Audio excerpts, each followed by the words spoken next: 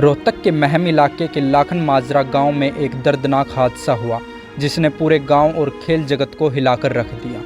यहां खेल के मैदान में 16 साल का खिलाड़ी हार्दिक प्रैक्टिस कर रहा था। हार्दिक बास्केटबॉल का बेहतरीन खिलाड़ी था और इंडिया टीम में उसका चयन भी हो चुका था।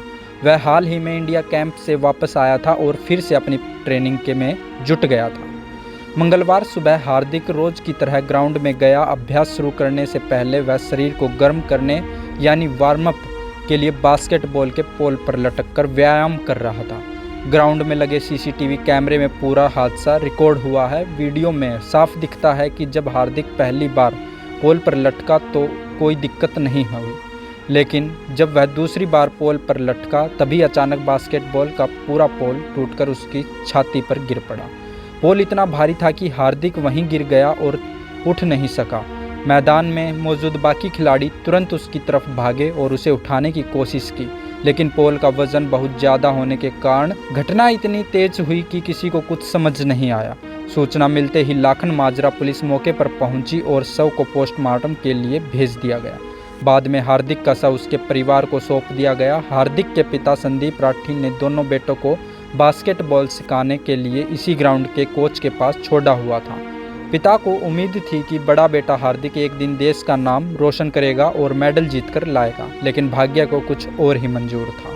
हार्दिक का छोटा भाई भी एक अच्छा बास्केटबॉल खिलाड़ी है।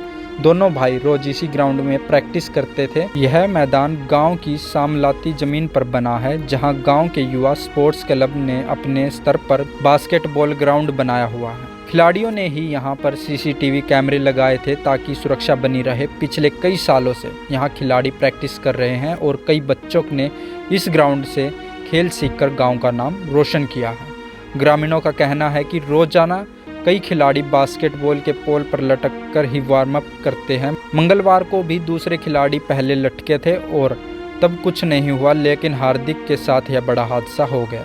हार्दिक की मौत से गांव में शोक का माहौल है। एक उभरते हुए राष्ट्रीय खिलाड़ी को इस तरह खो देना पूरे खेल समुदाय के लिए बड़ी क्षति है। मुख्यमंत्री जी, रोहतक में आज एक बास्केटबॉल खिलाड़ी की प्रैक्टिस करते वक्त मौत हो गई, वो पोल गिर गया टूट कर। सर, इस घटना को कैसे आप देख रहे हैं और क्या इसमें सर आप एक्शन लेंगे? देखिए, मेरी अभी ये निश्चय जानकारी नहीं है। आपने बताया, एक बार उसकी पूरी जानकारी लेकर के उसको लखन माजरा का मामला। हाँ, उसकी पूरी जानकारी। पोल गिरने से डेथ हुई है और प्राइवेट स्टेडियम कहा जा रहा है, तो कोई ऐसी इंक्वायरी की जाएगी कि किसकी जिम्मेवारी? अभी मैंने कहा है ना, अभी मैं उसकी जानकारी लूंगा पूरी। ठीक, थैंक यू। एक आत्मा को झंझोड़ने वाला हादसा